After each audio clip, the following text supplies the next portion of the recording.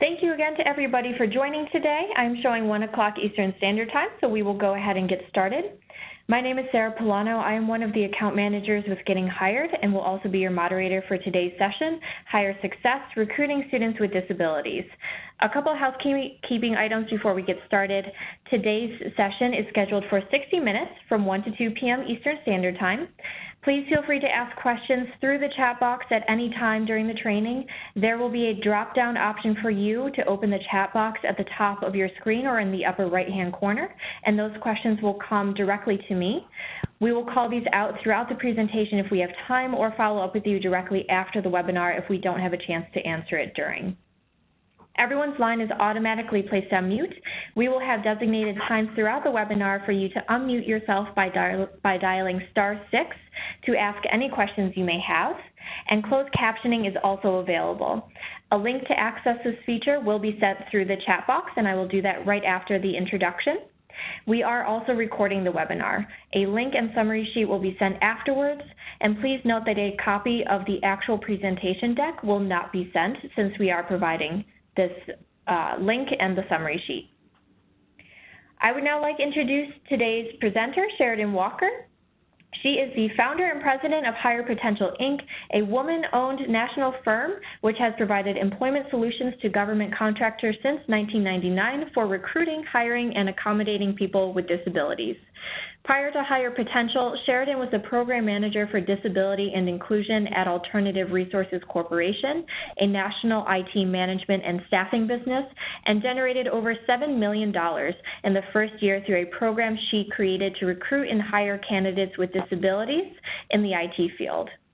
She has a wealth of knowledge, as I'm about to share with you. She has served on the National Disability Mentoring Day Committee for Colorado and the U.S. Business Leadership Network, the President's Task Force on the Employment of People with Disabilities, Colorado Business Leadership Network, and the Denver Mayor's Commission of People with Disabilities. She is also a former board member of the American Association for Access, Equity, and Diversity, AAAED, and is certified with the American Board of Disability Analysis. At this time, Sheridan, I'll turn it to you to start our presentation.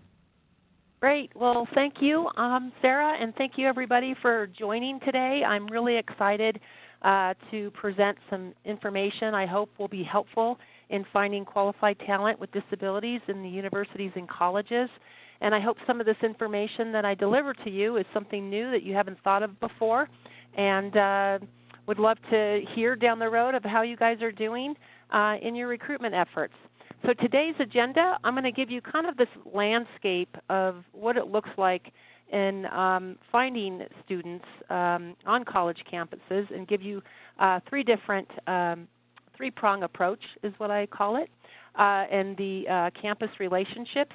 Also how to expand your outreach, and give you some ideas about your look, your feel, your branding, who you are, what you do, the fabric of your culture, and how do you send that message out to qualified talent with disabilities. So I will talk a lot about that, give you some ideas. We've got some interaction that we will be doing throughout this presentation. We'll also have some pauses to see if there's any questions and so on. But I really don't want you to lose your thought. So if you do have a question, please put it in the chat box as you're thinking of it, and we will make sure that we will get to it hopefully during this presentation. The other thing I'm going to talk about is some ideas on how to build relationships and some events that you can do within your organization.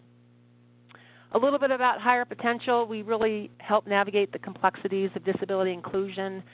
We've been in business since 1999 from a basic proven model that Sarah talked to you earlier about with the company I worked with, Alternative Resources Corporation, in integrating and recruiting and placing people with disabilities. So Hire Potential has a staffing and recruiting side of the business, and then we have a consulting side of the business where we do things for you. We do accommodations, specifically the hard ones, the assistive technology. We also have a support call center, not only for your assistive technology users, but also applicants that need to apply online when they're having difficulty because either not accessible or they're required or asking for an accommodation. Also making your IT systems, internet, websites, all that accessible, assessments, and of course our training, which is on the Higher Potential Learning Academy, and you're more than welcome to go there and take a look at that. And consulting. There's been a lot of questions around OFCCP and recruiting, hiring, reporting, audits, so we help companies with that. So let's get into this. Let's talk about what you need to know as far as colleges and universities. And the first step that I want to really talk about is the landscape, the big picture, and then I'm going to start narrowing it down of each of the groups, talking about what these different areas are and who they serve and how they serve and what their responsibility is. So in the landscape, there are three different types of entities that really work with the students with disabilities. And to just kind of give you a big picture, 2.4 million students with disabilities, a third of those require an accommodation. Most will not disclose, as you probably are, understanding that now with doing your voluntary self-ID forms. You're noticing a lot of people aren't disclosing, and there's a lot of reasons for that, and that's another training, but there's a lot to say to that. 3 out of 5 grads are not working, which is pretty astounding. 13% have bachelor's degree, 8% have master's, and 7% have doctorate. So that's kind of the big landscape of the students and the student body. So let's look at the campus relationships, who they are and what they do. So as I said earlier, there's 3 steps or 3 touch points on the campus. One is the career services. There's also disability services and student support groups. So let's dig in a little bit more of that. So who are these 3 prongs? So the career services folks, their focus is on helping students gain employment, right? They're the main contact. That's where you go to them. Anybody that's recruiting in the universities, your recruiters. Some of you might be on the call today. You go to the Career Center services. You build relationships. You set up events. You let them know who you are and what you do. And the thing that's really interesting is that the Career Service Centers, for the most part, do not work with students with disabilities. So you're missing out on that whole population. And I know a lot of you are going, what? That doesn't make any sense. And you're right, it doesn't.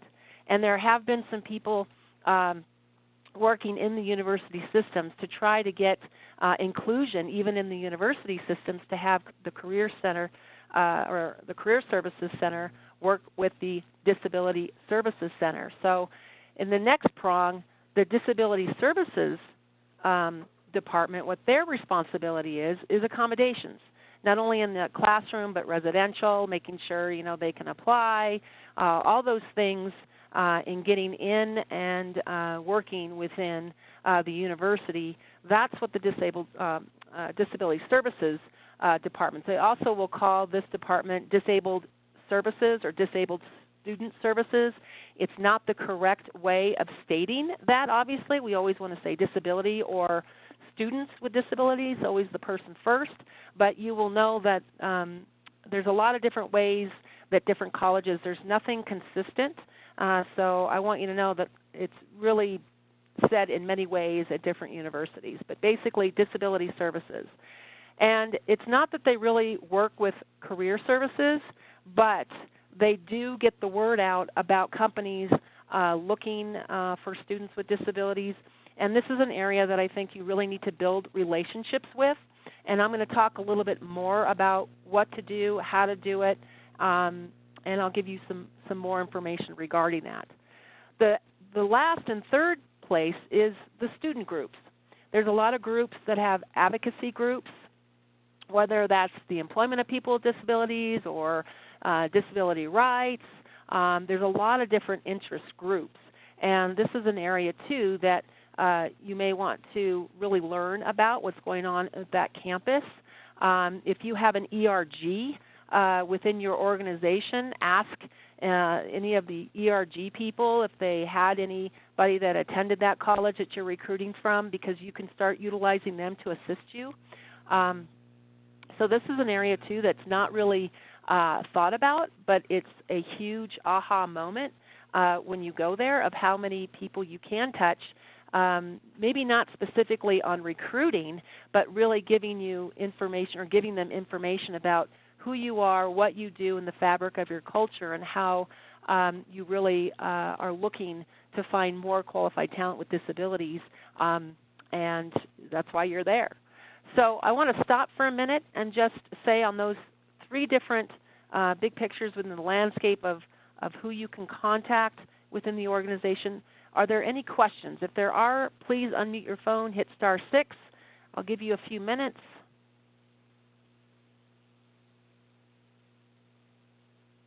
Okay, so I'm going to move forward. Again, if you have a question, please unmute your phone, ask it, or type it in the chat box. Okay, so let's look at the multiple Hey, Sheridan. portals. Yes. Just a quick question I just received in the chat box. One question is more of a comment, but also a question. Is it safe to say that most large universities have a disability services center? Or to expand on that, is there any other generalization that you would make in terms of what types of colleges or universities would have a disability services center? Would that be most of them, if you feel comfortable giving that generalization, or how do you feel about the landscape? Yes. All of them have to, from an ADA perspective. Remember, Disability Services provides accommodations. So every single college and university has to have someone in charge of the students that are requesting an accommodation. So all of them have this. But not all of them, most of them do not work closely with the Career Center services. And that's where the big aha moment is, where I know a lot of recruiters are astounded when I say that, because they're thinking that they're recruiting students, of all, not just disability, but all students, and to find out that the Career Services Center don't really communicate to the students with disabilities, I think is really shocking, because it doesn't make any sense to us. But they should all be in all of them, because it is under the ADA that they must provide education, equal access for all. So every single university, every single training, not training, but university, whether that be online or campus-based, should all have somebody in charge of the accommodation process. Great question. Thank you. All right, so let's see the multiple. Let's go more into depth about the different services and give you some idea of what you can do with these three entities. So the career centers, you want to build, and you probably already have an existing relationship, right? And you want to let them know that you're committed to diversity. But what does that really mean? And I think it's really important to expand your reach, obviously, to students with disabilities. A lot of companies talk about, women. We start recruiting girls and women back in junior high, right? So this is something that we need to start talking about and saying students with disabilities, just like we do any other ethnicity and group that we recruit to. So really start making a presence there. Really understand what your company is doing in the fabric of your company. Find out what current activities they're doing. There might be a career center that actually is partnered with the disability services. So find out if they are. And if they're not, who can you contact there? How do you, find out how do they integrate the students there with disabilities with the Career Services Center. Find out more. Say you want to do an event, what would they recommend? And see if they're willing to help you and give you some suggestions. And then also, obviously, see if they give you an introduction to the disability services folks. So when you get to the disability services, you want to, if you don't get much help there, you always want to go to the campus directory. The campus directory will give you a lot of information. It will give you information not only about disability services, it will give you information about the different advocacy groups and things going on the college. You can really gain a lot of information. and you can see if there's anything that is specific to students with disabilities. So then once you have that information, then you really want to try to connect with the service centers, and depending on who you go to first, hopefully each one of these services, whether it be the Career Center services or the Disability services, hopefully they will help you, and you can have maybe a three-prong approach meeting with the two entities to say, hey, this is really what we want to do. We're forward-thinking. Here's some ideas. What do you think? And think of a variety of different things you might want to be able to communicate better to the students with disabilities at their site. Find out what they can do and what they can't do. The thing that's really important sometimes, and this is more on the disability services side, is there's a lot of confidentiality, so they might be a little more hesitant to talk about certain things. So I would say what's really important is that you understand that. I mean, that's kind of a given. But just find out how is the best way in their mind to communicate opportunities, or if it's not opportunities, how you can communicate of who your company is, what we do, and maybe some event that you're going to be launching, or you're going to be doing a mentoring program or apprentice program, and you want all the students to know, and we really want to make a push to students with disabilities. So make sure that you kind of work with them on how to do this, because I will tell you, most companies don't go to the disability services. They don't get asked these questions, so they might be a little hesitant. They might be skeptical. They may not know, and just say, well, I know, do you guys communicate with the career centers? And they'll probably say, no, we don't. And you say, well, that's why we're here, because we've done a lot of work there, and we're really realizing we're not getting the students with disabilities, and that concerns us. And we would like to really build a relationship with you as best as we can, so that we can, either, get our information out or do some educational, event or something, whatever you want to do to help build that relationship. And the thing that's really key is make sure you're providing material or that you're willing to email an event, and make sure it's accessible, alternative formats. And we'll talk a little bit about that in the next few slides. So the third prong is the student groups. And with the student groups, as I said earlier, really search out the campus directory. You will find a lot of golden nuggets there. The other thing that's really important is not only the directory of looking for some advocacy groups and all that, but look at the sports. See if they have an adaptive sports program. I mean, athletes are huge just in the general sense of recruiting, and students with disabilities who are athletes are in that same manner. So you want to look at some things when you're looking at the campus directory to really find out the life and times of students with disabilities and what are they offering. That is a good place to start building your relationship. How do you get in there? You can talk to these advocacy groups and just say, hey, I know you're the head of this advocacy group. This is who we are, what we do. This is what we're trying to achieve. How can we best integrate with your group? Again, I would also talk to your ERGs in that location of, wherever you're recruiting, if anybody internally, where did they go to school? How did, who's who in the zoo from when they got their degree before working with your company?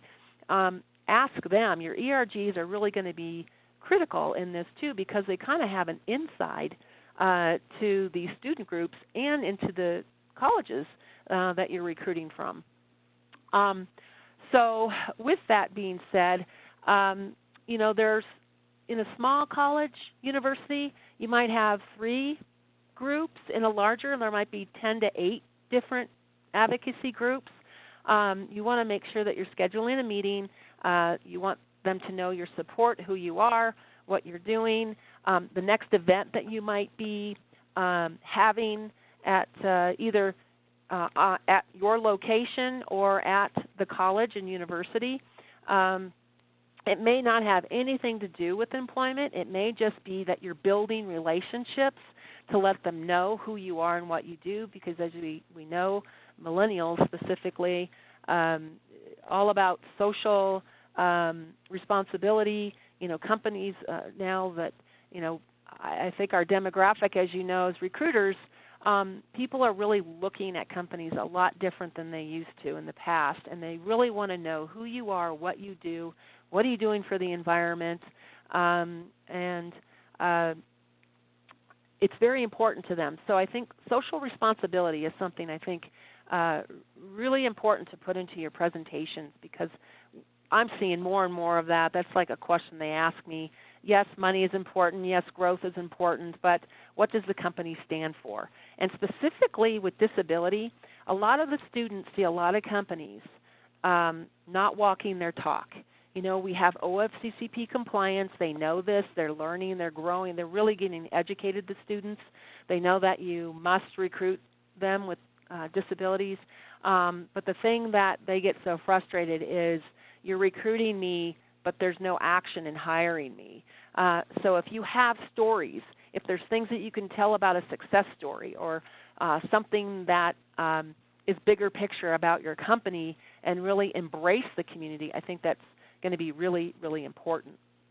Also, accommodations. What I wanted to say about this is, as you may know on this call, some of you have heard me present before, 73 to 80% of students with disabilities will not have an obvious disability, and that's to say, in general, most disabilities are hidden.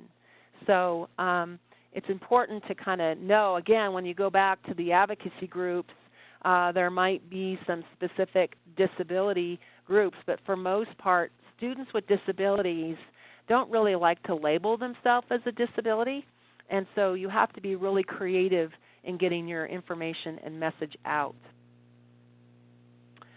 So the next step, this is really important, and I gave this presentation at a conference in April, and this part was the part that I think a lot of people were going, oh my gosh, I never thought about this. So I know that you may have a lot of questions on this part, but we're going to talk about your marketing and branding, and perceived and prepared, right? So I want to ask you a question right now. I want you to look at these pictures, and I want you to pick an image of what image would you put on your website or your marketing material, your recruiting material. Number one is the person who is to your left, who is, and I use wheelchairs just because it's the easiest of what I'm going to show here. Again, most people have hidden disabilities, but I really wanted to give you an idea. So number one to the left is one image.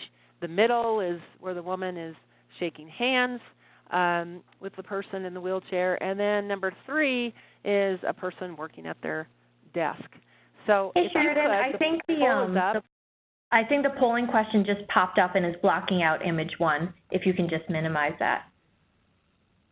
Let me just do this real quick. I just clicked on something. Okay, there you go. Perfect. So here you go. So take a peek. Put in your idea of which image you would use. And then, Sarah, if you would, let me know when the poll's completed, and then kind of give me an idea where we are, and then I want to talk a little bit more about these photos. Sure. We'll give everybody another 10 seconds or so. I know the time on the polling says a couple minutes, but we'll just give everybody another couple seconds to choose which image you would pick for your marketing team, or which one you like best. Yeah. And I will say, while we're waiting for everybody, I'm always on webinars and getting trained about social media marketing and training and all this stuff. And what I'm learning, which I'm sure you guys know, everything is about visual, videos, pictures, and as they say, pictures are 1,000 words. And just on an accessibility note, obviously people who have low vision and blind cannot see these pictures. And the one thing that I see as a problem is our web people don't know accessibility. So the one thing I want you to walk away from, and this is something that you can do tomorrow or today, you can go to your web people, whoever's in charge of your website, make sure you have alt tags on your pictures. And when I say alt tags, I don't mean it's saying a girl in a wheelchair sitting talking. It's like if you're a website and you're trying to show that you're interviewing, you can say a student in a wheelchair talking to a friend, a student or an employee in the middle one, an employee shaking hands with a manager. Make sure that it's very descriptive of what's being seen, and every picture has to have an alt tag. Okay?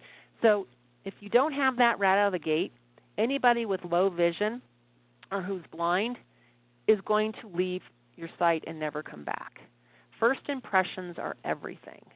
I mean, think about it. Is first impressions everything to you? Do you make a judgment? We do. We all do. So do people with disabilities, and even more so. So if you're really out there recruiting students with disabilities and you don't have alt tags in your pictures or you don't have alternative formats in what you're handing out, that says to them, you're not inclusive, you don't get me, I'm done. So, okay, Sarah, how are we doing on the poll? Yeah, we are doing well. We are almost tied between image 1 and image 3. We are at 23% for the first image and 28% for the third image. Okay. All right, so I want to, and let me tell you this too, if you have some comments you'd like to make, go ahead and put them in the chat box, and Sarah, you can read those off to me as people have them. But I want to talk about each one of these images. So many of you probably don't know this, but in my first career, I was a therapist. I worked in physical rehab, and my job was to get people back into the community after sustaining or acquiring a major spinal cord injury, brain injury, stroke, neuro, and worked a lot around people with disabilities in that capacity as a therapist. I was also the first person that would take them out in the community in their new image. And boy, did I learn a lot about that. So I'm coming to you from a perspective of someone in a wheelchair that is looking for a job or has been in their wheelchair. And you wouldn't necessarily know this, especially those who don't have any idea about, the ins and outs of someone in a wheelchair. So I'm going to explain this to you, and then I'm also going to give you a solution of how you don't get into this rut. Sheridan, there are a couple responses that I did receive just as you are about to dive into each picture that I thought I would call out. A lot of the comments that I'm receiving are actually around the second image, which I thought was interesting. One person had said that they liked that image because it looked the most diverse, so including individuals with disabilities, diversity of gender, race, ethnicity, etc. We also had somebody say that the middle picture looks a little bit more staged, so that's why they did not choose the second picture. So just a couple comments to add into that. Great. I love it. Thanks, guys, for participating. I love that because I want you to think. I want you to kind of look at this and see it and what would you do and what are you thinking. And I just love it. So keep them coming. So let's dive into this a little bit. So in the picture to the left, the gal who's blonde in the wheelchair. Now I want you to look at her wheelchair and I want you to look at her body. That wheelchair is way too big for her. She is probably not someone with a disability. She's definitely not someone who is a paraplegic. I can tell that she's not what I call flaccid in the legs. The chair is way too big. If you can see, there's like 4 or 5 inches from her hips. People who sit in wheelchairs are very tight in their wheelchair. This is kind of something for transport. I'd say Grandma Moses would be in that, getting from the car to home. in her house.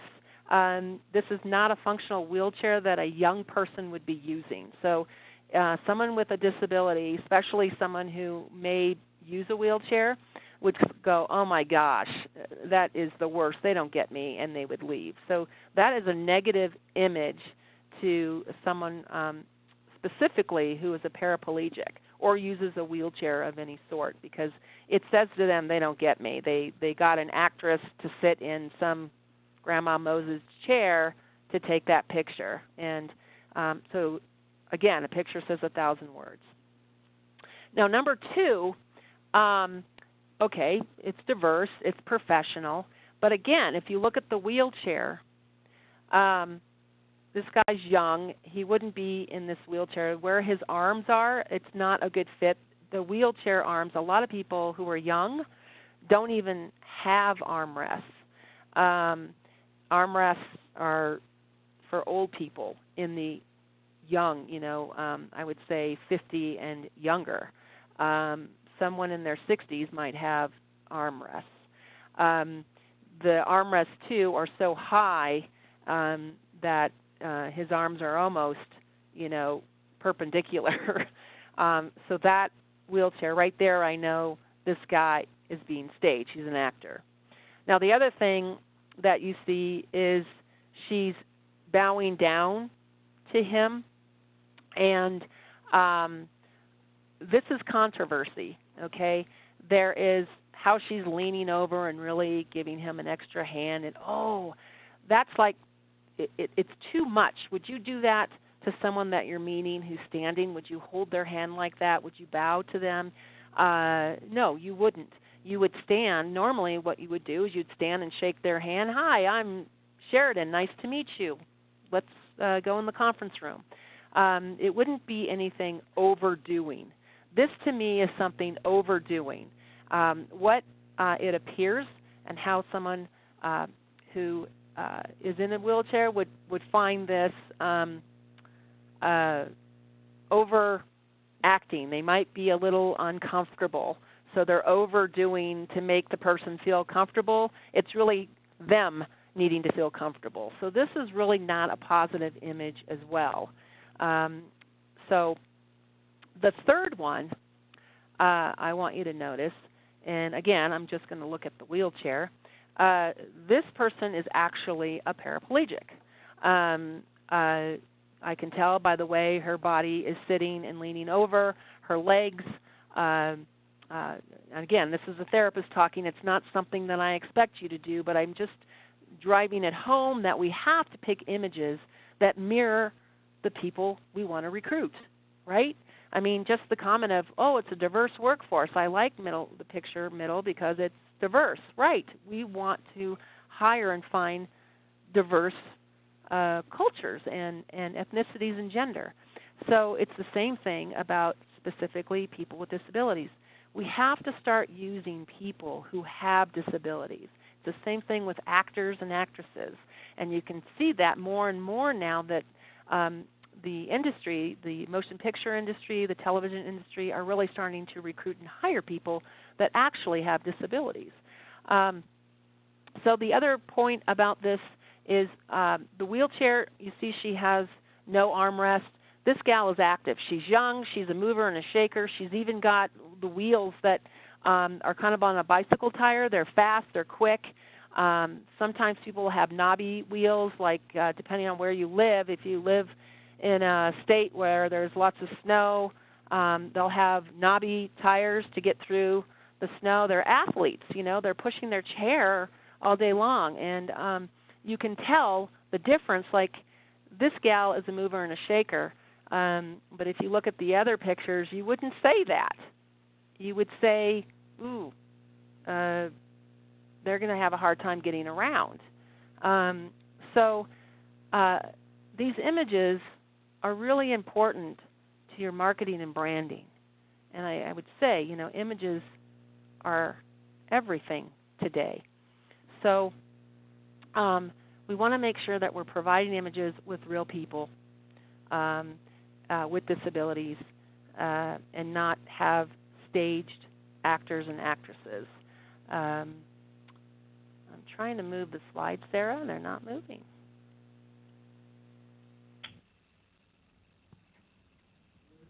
There we go. There we go. It wouldn't go. Okay, sorry about that, guys. So you want to make sure that when you have images, they want to be empowering. So the first image wasn't very empowering to me. The second image, or the third image, was very empowering. Even the middle image wasn't really empowering. You know, this person's on the job, she's on the phone, she's making it happen. Or the other ones are kind of just sitting there, and they're not showing anything of being bold. So you want to make sure that you have images that are empowering, that show ability. We focus too much on disability, if you ask me.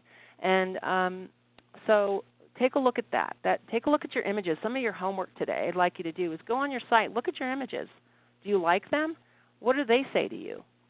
Again, ask your ERGs, what do you think of these images?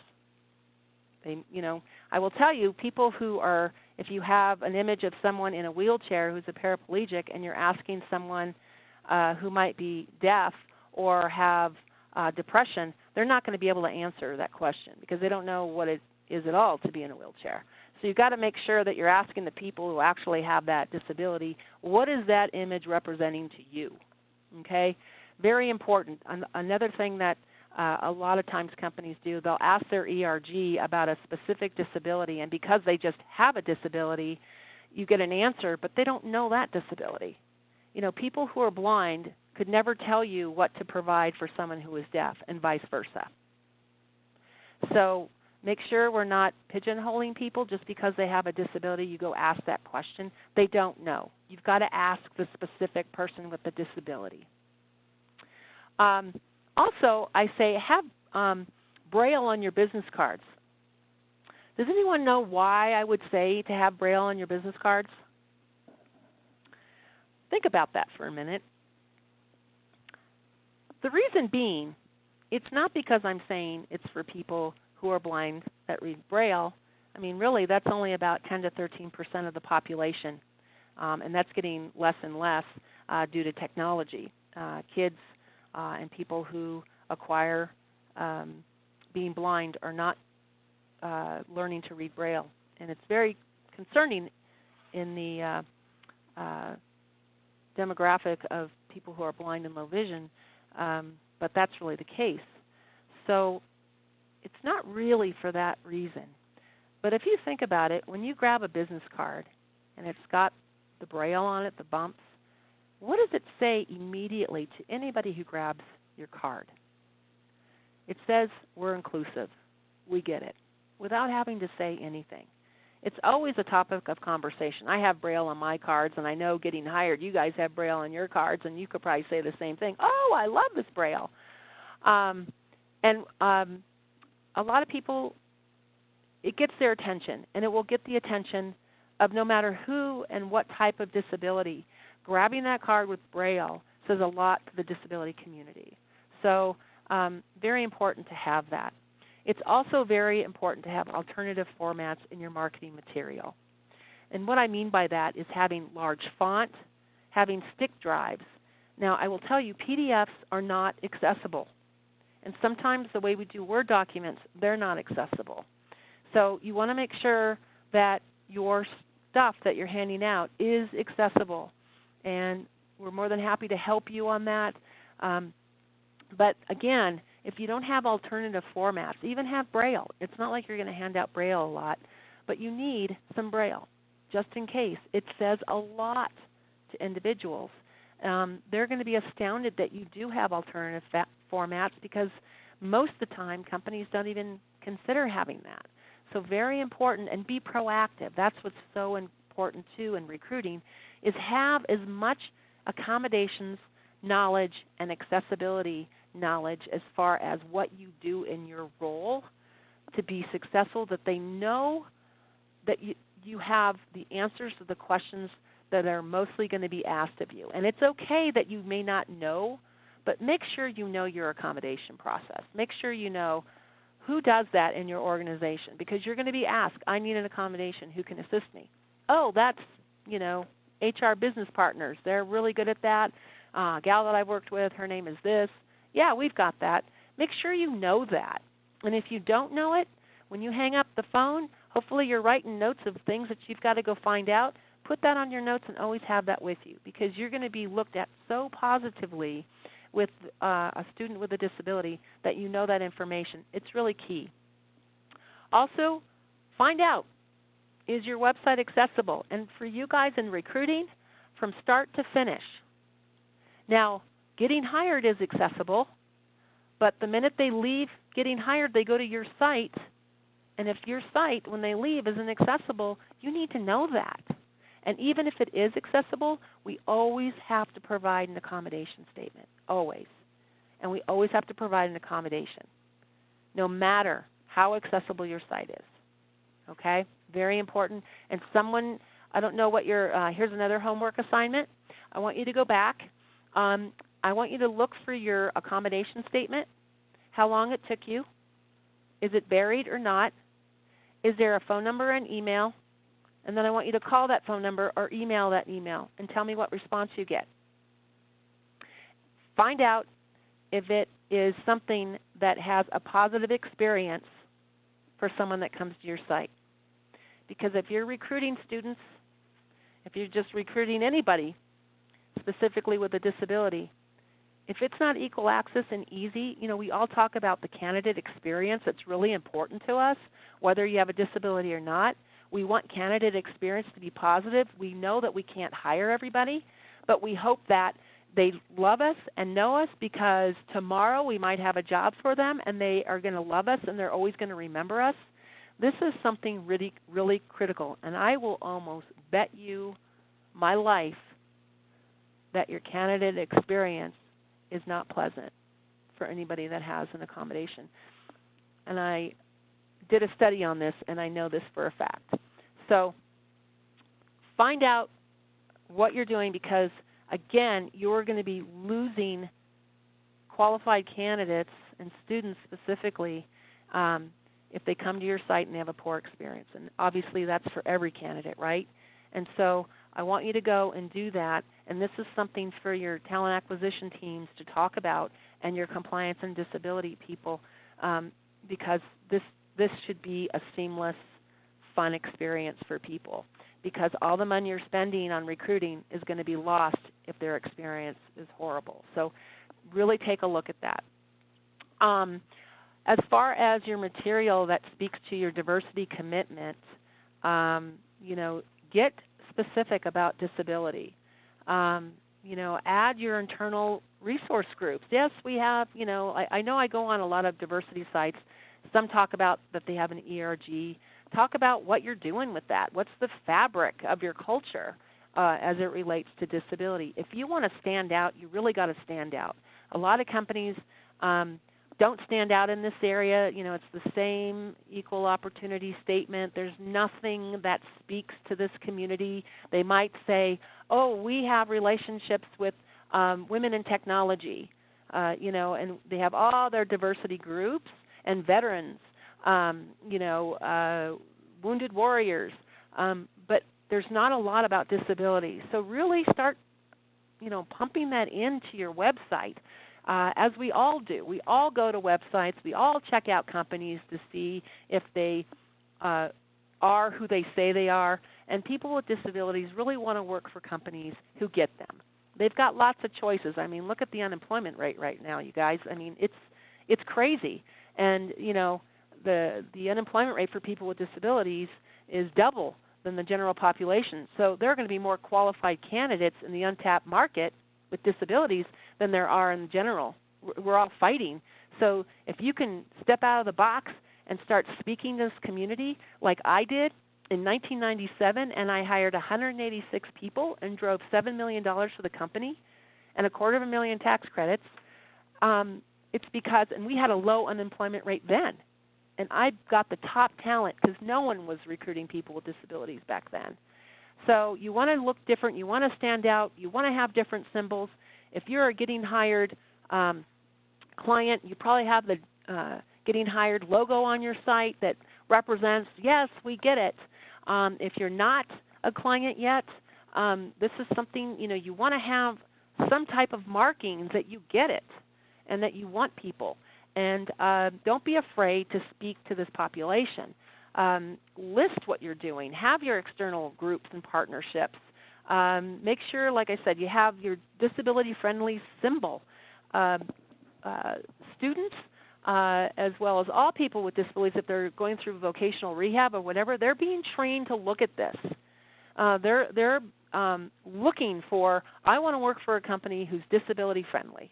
And they're going to make sure that you are disability-friendly and that you walk the talk. You might have the symbol and all, but if inside they start to try to apply, they try to find out information, and they can't get it, or it's not accessible, you've lost them. So really be proactive. Today's a day where you can, I'm giving you some suggestions that you can leave off this call and go back and start checking it out, do your homework, find out what your experience is, and then those are the changes that you need to make. And they're small changes. You can do this. This is very easy. Also promote an event at all 3 touch points. Once you build your relationships and especially in those new areas with the disability services and the different groups, start promoting events. And have events not just once a year or close to graduation.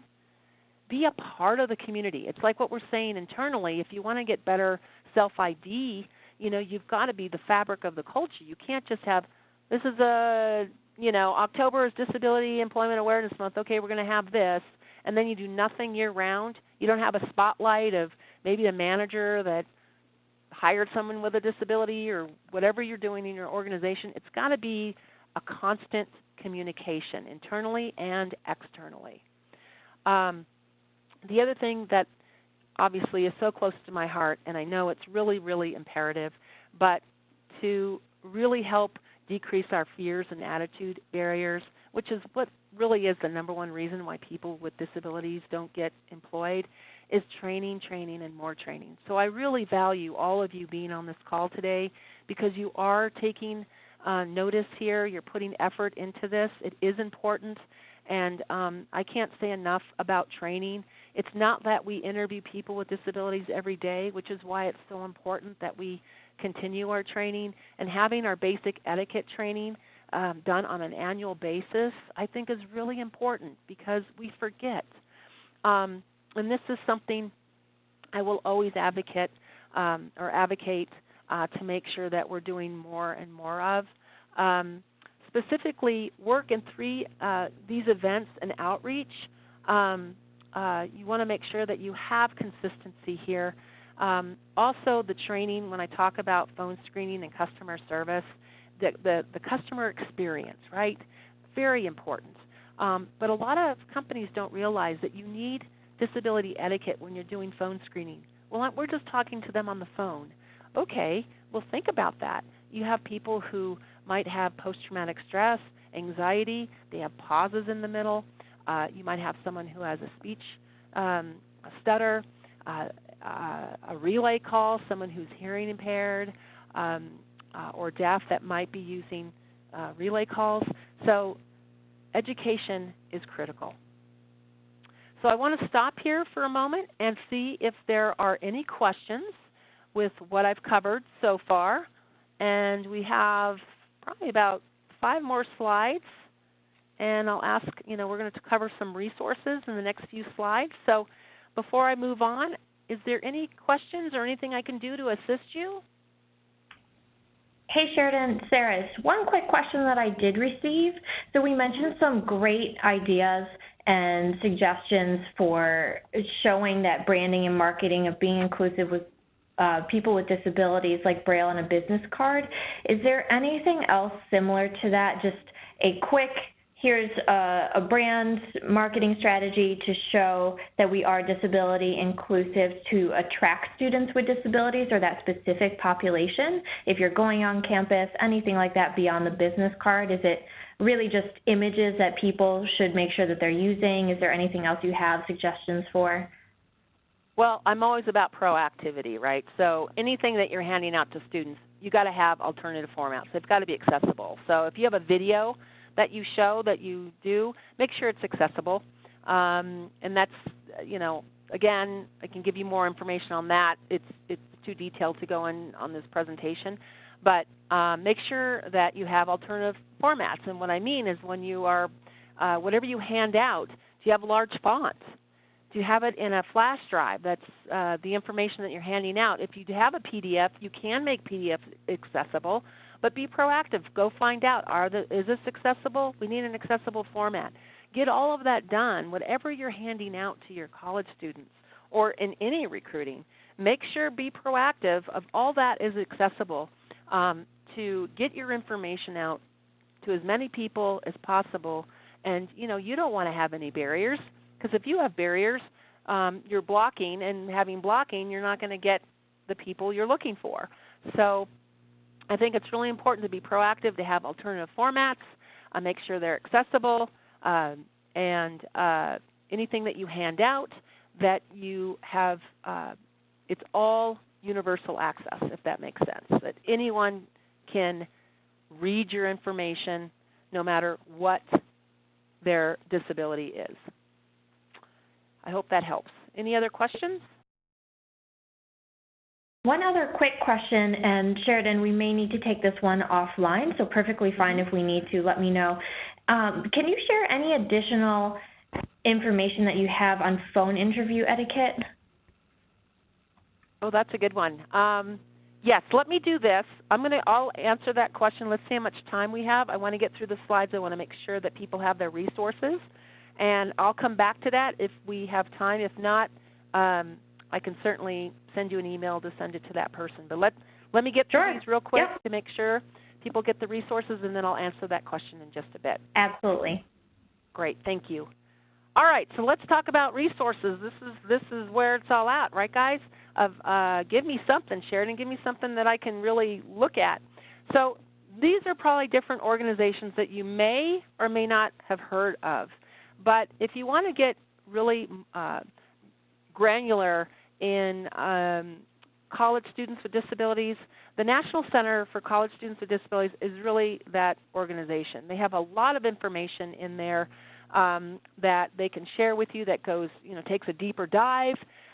You can also use them as a resource if you have a specific college or university.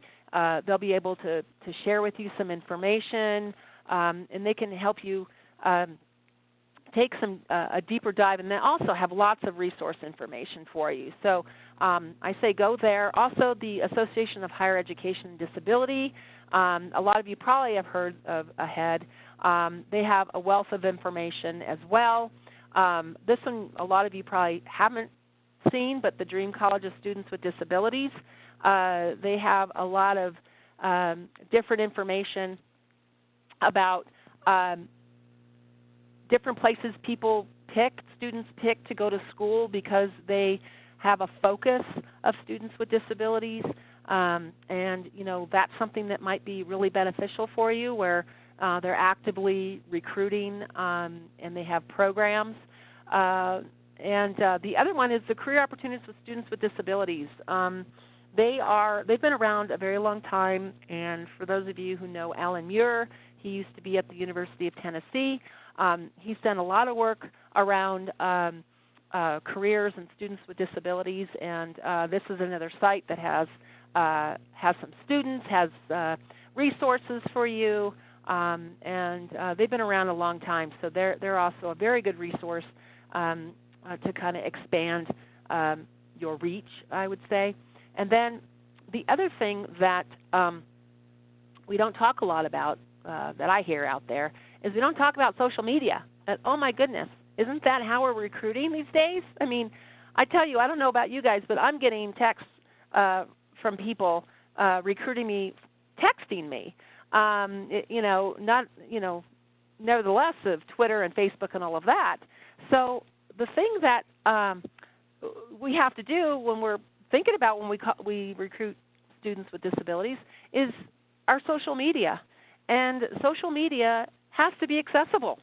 And a lot of you probably on this call are like, well, I don't know what that means. I know you probably don't know what that means. But I do have an e-book on social media that I have on how to make your social media accessible. I think it's really important that you know how to do this. You can also try and search and see if you can get some free information, but this is something that is really imperative, and a lot of you probably had no idea, right? How would you know? So this is something that I would highly recommend that you find out more about so that you can make sure that you're reaching all students with talent. So this last slide, I think I'm pretty close to my last slide here, is some ideas. You know, when you go to colleges and universities, bring the students to you. Do a mentoring day. Do a tour day. October 17th is National Mentoring Day. Now, you don't have to have it actually on that day. And again, I said, you know, you got to sprinkle this throughout the year. But one of my little hidden gems when I recruited, I brought people to us. And I brought people to the different locations where I wanted them to see the job, feel the job, know us, and let them kind of visualize themselves being in that job. And really showing them what it's all about. You start building a relationship, and you're probably already doing this with students. You know, like I said, you know, we're recruiting students in middle school or doing a bunch of stuff. So this, too, is something very important, but you'll have a flavor of the disability culture.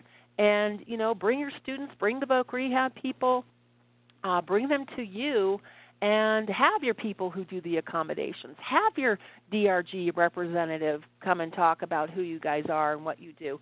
That's the best way to get people engaged. Also, you might want them to come tour your facility. This is all about recruiting. It may not be hiring, but it's recruiting. It's engaging. And, yes, you can use these events for your OFCCP reporting. It is a recruiting event. It is an outreach event. And I would do these all the time. You know, I only had so many jobs, but my goal was to build a pipeline and to get them educated about who we are and what we do. And so you know how it works. So I really encourage you to do some events at your facility, bring them to you. October is National Disability Employment Awareness Month. I would do an event. I don't know if you have you know, internships or apprentice type of programs, but this is something that you really want to incorporate. Have a mentoring day, internship programs. Also, another thing that we did a lot is on-the-job training. And I had the flexibility because we had lots of different jobs and lots of different companies that we were placing at. So a lot of the areas where there was large turnover, like a call center, banking, I'm thinking of lots of different types of turnover, manufacturing, I would develop what's called the on-the-job training, where we would recruit people who were either going into a new profession or they were a high school student or even a college student that was coming into the job, and a lot of their training was on site. So the first 90 days, I got paid to bring them on site. Half their salary up to 90 days, and then I drove revenue doing that just by recruiting people. So and then building a pipeline. So this is something that's really important. If you don't know anything about it, I'd be more than happy to talk to you more about that and how to build that program. But these are ideas to continue your relationship building, your outreach. Proactive is really important, and have things ready. It will knock the socks off the students with disabilities, because most times their experience with companies is they're not proactive, they're reactive, and they haven't done their due diligence, and they fall all over themselves, and it's not a good positive experience. So with that, I hope that's been helpful. We have 1 minute left for any questions. How can I help? Regarding, I'll go into that relay question, and if there's any other questions, feel free to track that in the box, and you know, I'll get to them or we'll answer them later. But regarding the screening, Sheridan, yes. I just wanted to chime in really quick. So we have our contact information on the next slide if you just want to pull that up for anyone to follow up with any additional questions. If you have a quick sentence that you want to give about phone etiquette, then please feel free. Otherwise, I'd say we can probably take this offline. A couple other people were looking for an answer on that as well. I think it's a great topic. So if it's more efficient and better for us to give an email response, then we can absolutely do that as well. Yes, I can do that because we're actually at the hour right this minute. Are there any other questions or anything, or do we have a few questions that I will be answering in email? That's the other main question that I received. If I do have anything else that comes trickling in, I will be sure to let you know. Again, for everybody on the call, thank you again for joining. If you would like to contact us, you have our contact information on the slide there. Please feel free to reach out to me directly as well, Sarah Polano at Getting Hired, and I'll be happy to forward any questions to Sheridan or connect with her directly, especially if you already are a partner with Getting Hired, then I am one of the account managers here, or if you are not, happy to talk to you as well. Again, a recording will be sent out. The link to that recording will be on Getting Hired's YouTube channel, and we will also have a summary sheet to send out to you as well if you attended the training today. But thank you again to everybody. Sheridan, thank you for all of the great information, and I will be in touch with you with any other questions that I receive. Great. Thank you. Thank you, everybody. All right. Have a wonderful rest of your day. You too. Bye-bye. Bye.